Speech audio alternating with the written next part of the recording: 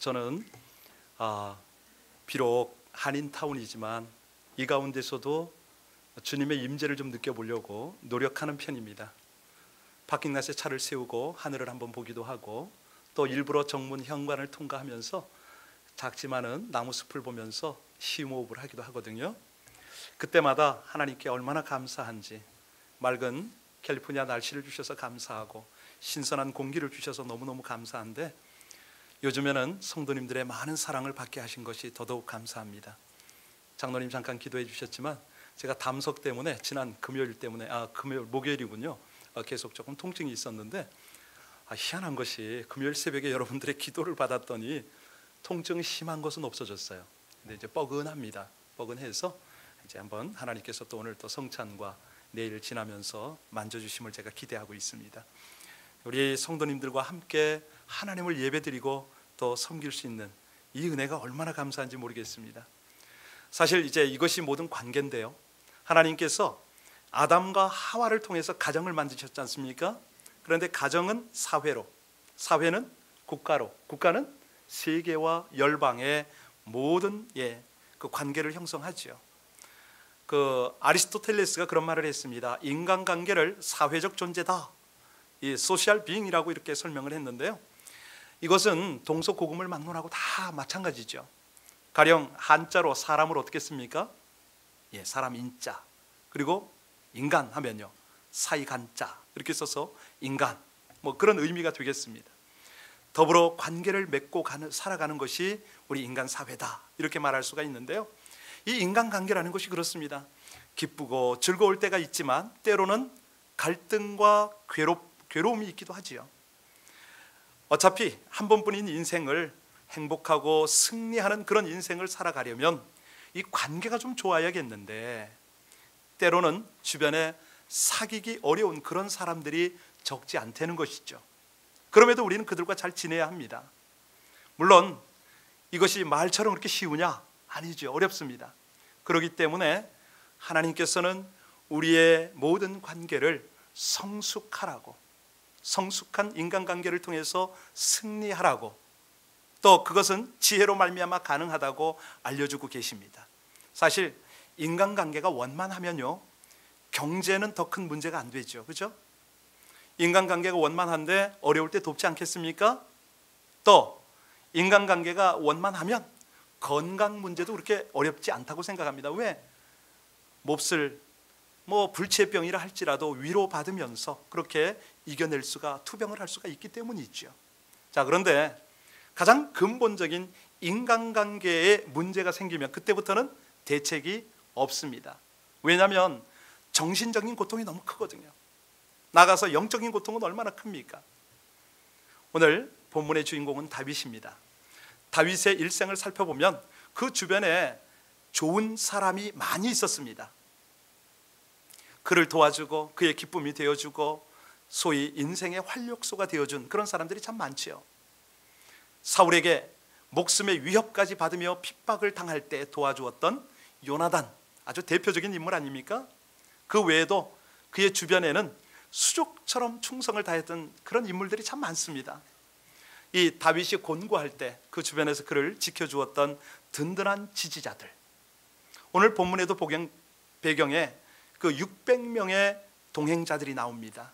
그들은 이제 다윗이 피난 생활을 하는 그 와중에도 따라 함께 가는 점. 오늘 그 본문의 사건 사고는 압살롬의 구테타입니다. 아들이 아버지의 왕권을 찬탈하기 위해서 끝까지 아버지를 쫓고 있습니다. 그런데 비참하게 쫓겨난 그 다윗을 위해서 함께 충성하는 사람들이 있었으니 그들의 이름이 이떼, 후세, 사독, 아비아달, 요압, 바실레, 이런 사람들이죠. 이 다윗 주변에 좋은 사람들, 참 그 후견자 겸 좋은 위로자가 된 사람들을 말하자면 끝이 없습니다. 그 중에 저는 이제 사무엘하 23장을 보면서 거기에 나타난 사무엘 세 용사, 무명의 용사들 여러분 기억나십니까? 아주 감동적인 장면을 전 잊지 못합니다. 블레셋과의 전쟁 중에 다윗이 목말라 하지 않습니까? 그때 혼자서 독백을 하고 있었습니다. 내 고향 저 베들레헴 우물물 그걸 누가 나로 마시게 할꼬 한마디를 했는데, 다윗 옆에 있던 그 세 용사가 겹겹이 둘러싼 이 블레셋 진영을 충돌하고 지나가서 거기에서 우물물을 길어오지 않습니까? 그때 다윗이 어떻게 반응하죠? 너무 감동스러워서 그 물을 마시지 않고 땅에 부으니라. 그때 한마디 합니다. 하나님, 이것은 물이 아니라 저들의 피인데 제가 어찌 마시겠습니까? 하고 땅에 부어버리죠. 참 우리 인생 가운데 이런 사람들만 우리 주변에 있으면 얼마나 좋겠습니까? 그런데 쉽지 않죠. 왜 그렇습니까? 이기심 때문에. 인간이요, 이기심이 있어서 남이 자기에게 잘해주기를 바라는데 자기는 남에게 잘해주려고 하질 않습니다. 자, 우리가 이런 내용들을 기억할 때 참 이 다윗, 어떻게 이런 좋은 사람들이 있었을까? 그것은 다윗의 자비와 사랑, 그것을 베풀었기 때문에 가능하다, 이렇게 우리가 이해를 하면 좋은데요, 우리 성경 신구약을 통틀어서 황금율이라는 거 아십니까? 황금율법. 예, 마태복음 7장 12절이죠. 예수님이 가르쳐 주셨습니다. 그러므로 무엇이든지 남에게 대접을 받고자 하는 대로 너희도 남을, 그렇습니다. 이것이 율법이요 선지자니라. 내 편에서 먼저 대접받고 싶은 대로 남을 대접하려는 것입니다. 이럴 때 좋은 인간관계를 형성할 수 있고 서로의 인생의 활력소가 될 수가 있다. 이걸 주님이 가르치셨는데요, 이걸 이제 사도들이 한번 살아보니까 사도행전 20장 35절에 보면 주는 것이 받는 것보다 복되도다, 이걸 깨달은 거예요. 여러분 이해 가세요? 내 것을 퍼주는데 어떻게 더 복될 수가 있을까요? 네, 하나님이 기뻐하시고 하나님이 채워주시기 때문인 줄로 믿습니다. 그래서 이제 먼저 대접하는 것을 윈윈의 관계요 상생의 비결이다, 우리는 이렇게 알고 있죠. 문제는 이런 인간관계가 우리 성도 안에서 펼쳐지면 얼마나 좋겠습니까? 근데 안타깝게도 그런 경우 많지 않다는 것이죠. 왜냐하면 우리 주변에는 핍박하는 사람도 있고요, 상처를 주는 사람도 있고요, 배반하는 사람들도 있습니다. 이런저런 사람들 때문에 많은 괴로움과 고통을 겪으며 사는 것이 인생이죠. 자, 그러면 이런 사람들 속에서, 이런 관계 속에서 어떻게 하면 살아남을까? 아니, 하나님이 오늘 본문을 통해서 적어도 이 관계를 통해서 성숙하라고 하시는데 어떻게 성숙해질 수가 있을까? 이것이 오늘 풀어야 할 숙제입니다. 자, 그러면 다윗을 조금만 더 살펴보고 오늘 본문을 교훈받겠습니다. 여러분, 다윗이 초년 시절에 장인이자 왕인 사울에게 얼마나 많은 미움과 핍박을 받았습니까? 왕이 된 이후에도 많은 사람들에게 배반당하고 갈등을 겪었습니다. 심지어 지금 상황은 친아들이 배반하고 왕궁에서 쫓겨났습니다. 아니, 죽이려고 달려듭니다. 자, 이때의 다윗, 인간적인 괴로움이 얼마나 컸을까요? 15장 30절을 잠깐 갔다 오겠습니다. 여러분, 사무엘하 15장 30절 성경이 있으신 분들은 펴시고 한번 읽어보시기 바랍니다. 이 다윗의 처절한 모습이 거기에 묘사가 되어 있습니다. 같이 읽겠습니다. 시작. 다윗이 그의 머리를 그가 가리고 맨발로 울며 가고 그와 함께 가는 모든 백성들도 각각 자기의 머리를 가리며 울며 올라가니라. 여러분, 느껴지십니까? 황급히 쫓겨나서 지금 감림산 그 비탈길을 올라가고 있는 다윗, 눈물을 흘리고 올라간답니다. 맨발로 울면서 올라간답니다. 저와 함께 동행하는 백성들도 각각 그 머리를 가리고 울며 올라가니라. 얼마나 아팠겠습니까? 서러웠겠습니까? 이 아픈 상처 마치 후벼 파내듯이 아주 고통을 지금 경험하고 있습니다. 아니, 다윗이 절대 왕권을 가졌을 때 주변이 이리 했습니까? 아니거든요. 충성했거든요. 눈치 봤거든요. 그런데 그들이 배반을 했습니다. 아니, 심지어는 조용하게 있던 그런 자들이 일어나서 다윗을 비난하고 지금 욕을 해댑니다. 그 중에 가장 황당하고 힘든 일이 뭐냐면 오늘 본문에 중심이 되고 있는 심의 사건입니다. 심의의 저주 사건이죠. 자, 5절 이하를 보십시오. 심의라는 인물이 등장합니다. 사울 왕가의 일족입니다. 베냐민 지파죠. 그런데 사울 왕과 그 아들들이 죽은 것을 다윗에게 분풀이를 하고 있어요. 다 다윗 때문에 망했다는 거죠. 여러분 어떻습니까? 정말 그렇습니까? 아니잖아요. 사울을 죽일 기회가 몇 차례가 있었는데도 오히려 살려주고 끝까지 하나님의 때를 기다리던, 그래서 순리대로 왕이 된 다윗 아닙니까? 그런 다윗에게 지금 분풀이를 하고 저주를 하고 있습니다.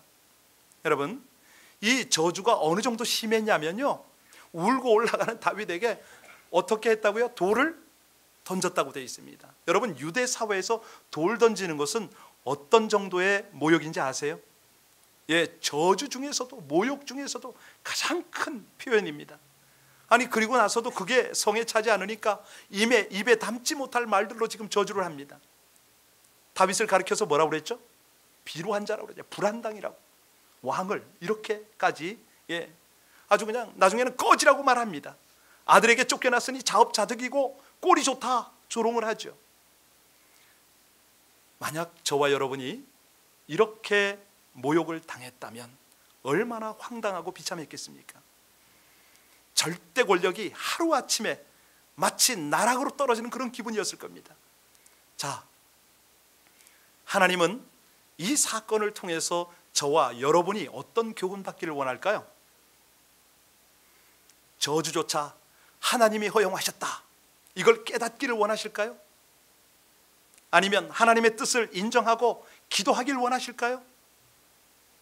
아니면 우리가 겸손한 자리로 돌아가서 이 고통을 통해서 인간관계가 다시 한번 성숙해지는 그런 하나님의 은혜를 깨닫기를 원할까요? 사실 우리가 인생 살다 보면 이런 경우가 종종 있지 않습니까? 이럴 때 일을 잘못 대처하면 정말 인생의 독소가 되어버립니다. 인생이 괴로워지고 무너져 내리는 것이죠. 그런데 이것이요, 남의 일이 아닙니다. 왜냐하면 우리가 살아가는 삶의 현장에서, 아니 가까운 인간관계에서 자주 생긴다는 것이죠. 여러분, 시므이도 시므이지만 한번 생각해 보세요. 압살롬은 친아들 아닙니까? 이 친아들에게 당하는 다윗을 보면서 무엇을 느끼세요?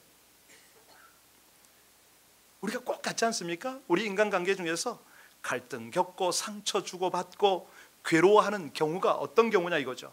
대부분 가족, 부모, 또 부모 자식 간의 친구, 동료, 이 가까운 사람들에게 이런 경우를 당하곤 합니다. 그래서 이런 상처가 더 해결하기 힘든지도 모르겠어요. 자, 오늘 본문에서 다윗이 본능적으로 감정적으로 대응했다면 그의 인생이 어떻게 됐을까? 분노한 나머지 부하 아비새가 건의한 대로 9절에 보세요. 시므의 목을 치라고 했잖아요.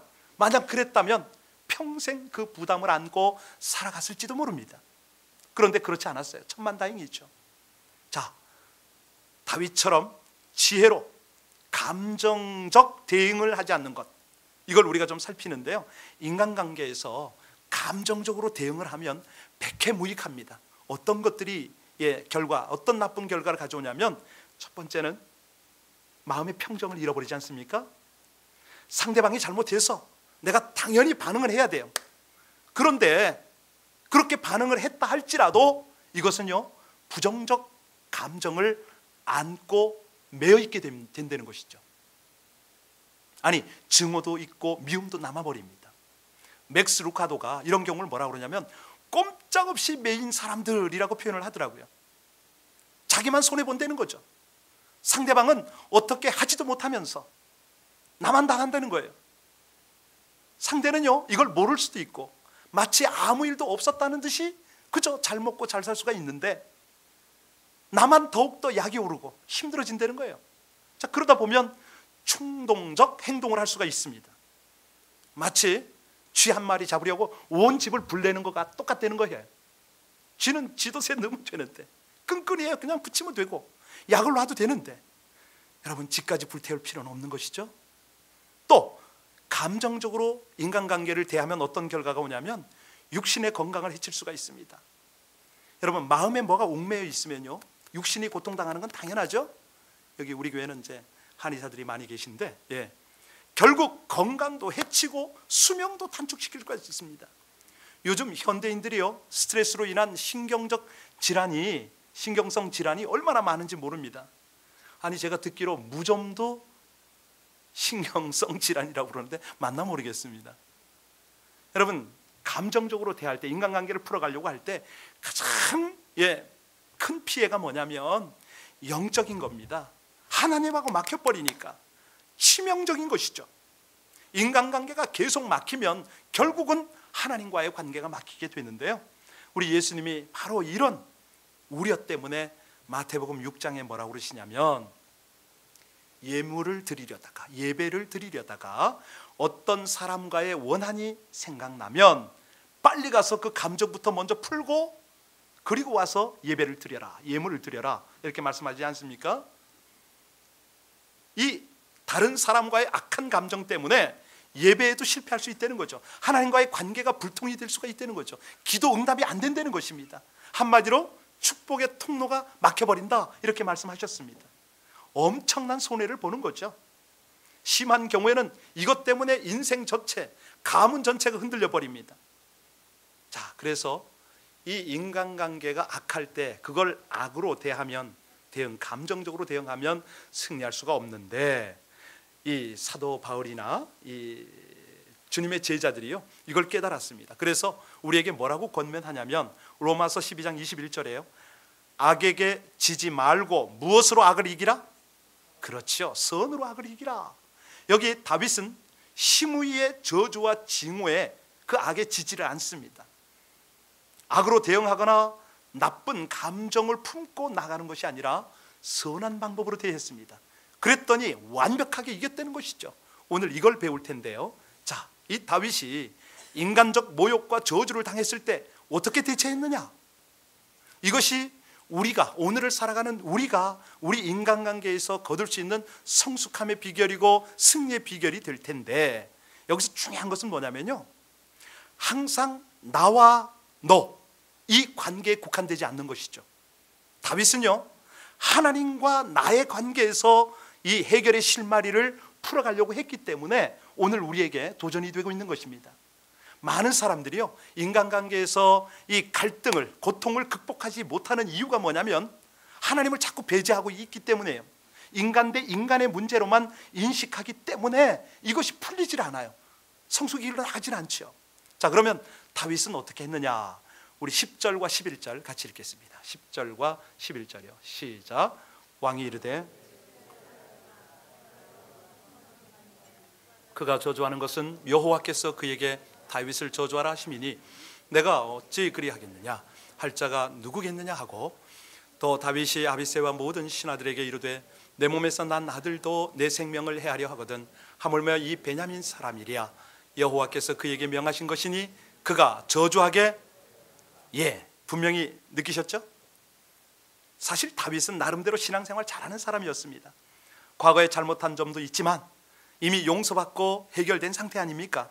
자, 그럼에도 불구하고 다윗은요, 하나님 앞에 서기만 하면 자신이 얼마나 큰 죄인이고 부족한 사람인지를 항상 점검했던 것입니다.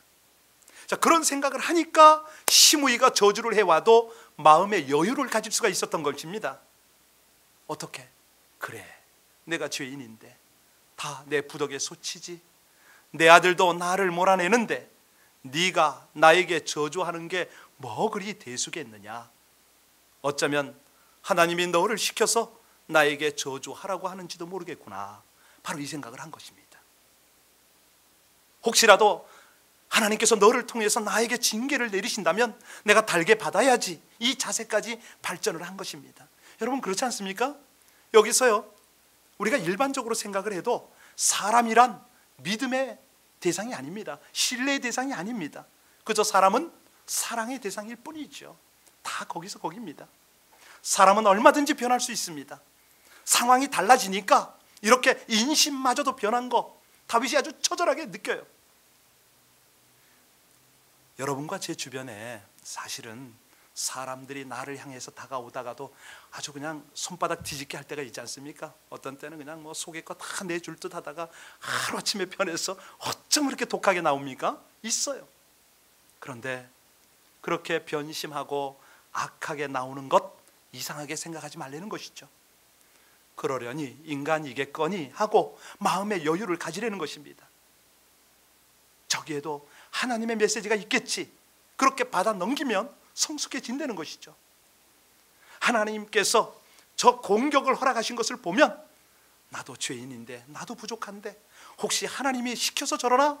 이런 생각을 하면서 너그럽게 받아 넘길 때에 인간관계를 통해서 우리가 인격적으로 영적으로 성숙해질 줄로 믿습니다. 자, 두 번째, 이 다윗이 어떻게 이 인간관계를 이겨냈느냐. 두 번째는요, 12절을 보시기 바랍니다. 인간관계에서 성숙하려면 저주를 당하는 그 순간에 뭘 해야 되냐면, 같이 읽습니다. 시작. 혹시 여호와께서 나의 원통함을 감찰하시리니. 오늘 그 저주 때문에 여호와께서 선으로 내게 뭐라고 생각하십니까? 하나님의 임재를 인식하는 거죠. 자, 분노하거나 흥분하지 않았습니다. 그의 시선이 어디에 가 있었다고요? 하나님께, 심판하시고 섭리하시는 하나님을 집중했던 것입니다. 혹시 여호와께서 나의 원통함을 감찰하시리니, 바로 간 것이죠. 여러분, 우리가요 오늘날 참 저주를 받을 때가 있습니다. 그럴 때 정말 지혜로운 대처는 뭡니까? 지금 하나님이 거길 보고 계시고 하나님이 판단하고 계실 테니까 내가 흥분하지 않으리라, 이런 자세 아니겠습니까? 다윗이 이렇게 믿음으로 대처하니까 하나님은 어떻게 일하십니까? 역사하십니다. 어떻게 해요? 압살롬을 제압하셨죠. 그리고 시므이도 그 앞에 무릎을 꿇었습니다. 결국 궁으로 환궁을 했고 말년에 은혜롭게 인생을 마쳤습니다. 여러분 어떠세요? 여러분들이 어처구니 없는 경우를 당할 때, 그때, 아니 정말 몸이 고통스럽고 환경이 이해가 되지 않을 때, 그때 하나님의 임재를 생각하십니까? 예, 오늘 그걸 도전받으라는 것입니다. 하나님이 보고 계신데, 하나님이 선하게 섭리하실 건데, 이것이 마음의 믿음으로만 있어서는 안 되고요, 선포를 하라는 것이죠. 다윗처럼 하나님이 선하게 갚아주실 것 아닙니까? 때로는 괴롭고 억울할 때도 있겠지만 그때의 우리의 자세가 겸손과 인내로 나아가면 반드시 성숙함과 하나님이 해결하시는 은혜를 경험하게 될 줄로 믿습니다. 마지막 세 번째는요, 인간관계에서 성숙하려면 무엇보다도 복수보다는 용서를 선택해야 된다는 것이죠. 이것입니다. 아무리 피난 중이라도요, 지금 다윗은 왕입니다. 아직은 왕이 아닙니까? 그리고 그를 수행하는 신하들도 적지 않았습니다. 옆에서 아비새가 당장이라도 시므이의 목을 치자고 그러지 않습니까? 그런데 다윗은 뭘 선택했다고요? 예, 용서를 선택했습니다. 사실 우리 인간이요, 이렇게 설교를 들으면서 말씀을 묵상하면서 용서되겠지, 아닙니다. 우리는요 본질상 진노의 자녀이기 때문에 용서가 불가능한 사람들입니다. 그러니까 하나님이 하라니까, 하나님이 하셨으니까 우리는 선택의 여유밖에 없습니다. 선택을 해야 된다는 거죠. 용서를 할 거냐, 저주를 할 거냐, 내가 복수를 할 거냐, 용서를 할 거냐. 그럴 때 비로소 용서가 가능해집니다. 자, 이 다윗이 진정으로 용서했을까요? 예, 압살롬이 진압이 되어서 환궁을 할 때 그 사무엘하 19장에 보면 나옵니다. 그때 시므이가 어떻게 하죠? 달려 나옵니다.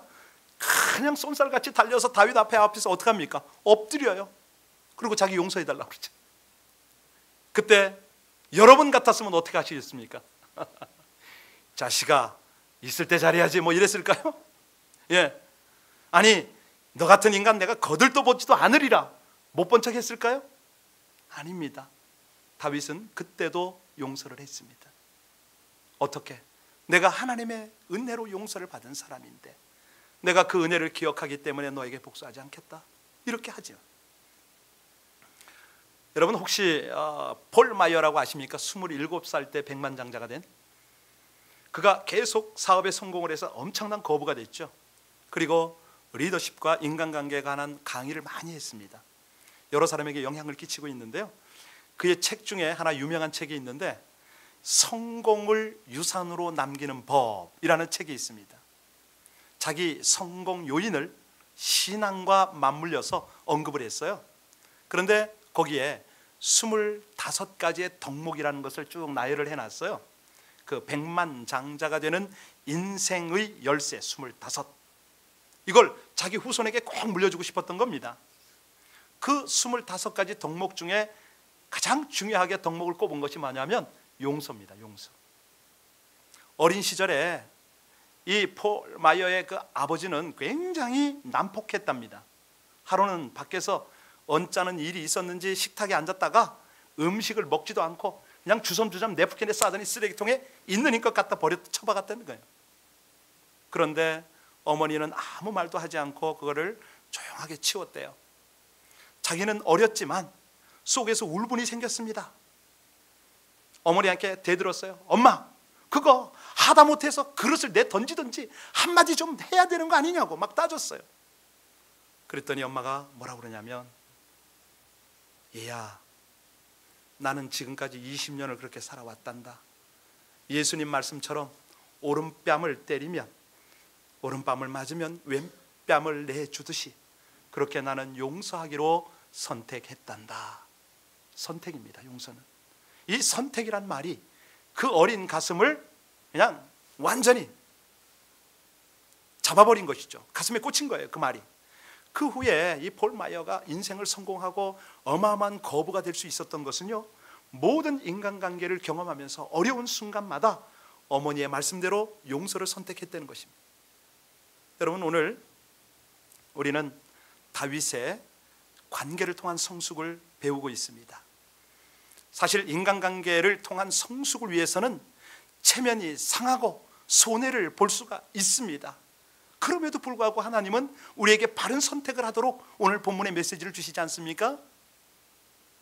오늘 3가지 도전 받으셨는데요. 첫 번째, 인간관계에서 성숙하려면 어떻게 하라고요? 먼저 자신을 살피라. 하나님 앞에서 상대가 비난을 해오고 모욕을 주더라도 그 앞에서 자신을 살펴라. 왜냐하면 인내를 배우게 됩니다. 겸손해질 수가 있습니다. 얼마나 성숙해집니까? 자, 두 번째, 인간관계에서 성숙하려면 저주당하는 그 순간에도 뭘 의식하라? 예, 하나님의 임재를 의식하라. 보고 계십니다. 하나님이 선으로 갚아주시는 것이죠. 하나님이 책임지시는 것이죠. 이럴 때 영적으로 성숙해지지 않겠습니까? 얼마나 감사합니까? 마지막으로 인간관계에서 성숙해지는 마지막 방법이 뭐라고 그랬습니까? 뭘 선택하라? 그렇습니다. 용서를 선택하라. 용서를 선택하라. 날 용서하신 주님, 정말 우리 주 예수 그리스도 그 대속의 용서, 이거를 선택하면 피차간에 하나님께 영광이 되겠죠. 여러분, 저와 여러분들의 사명은 뭡니까? 주님의 영광을 드러내는 거 아닙니까? 복음 전파입니다. 궁극적인 목표는 사람이고요, 사람을 사랑할 때 이런 것이 가능합니다. 사람에게 복음 전하고 사람을 사랑해서 하나님의 사람으로 성숙하도록 돕는 것, 이것이 우리의 사명이고 우리 인생의 목표라면 사람을 잃거나 관계가 파괴가 되어서는 안 된다는 것이죠. 우리 예수님이 뭐라고 그러시냐면, 화평케 하는 자는 복이 있나니 뭐라고요? 그렇습니다. 하나님의 아들이라 일컬음을 받을 것이요.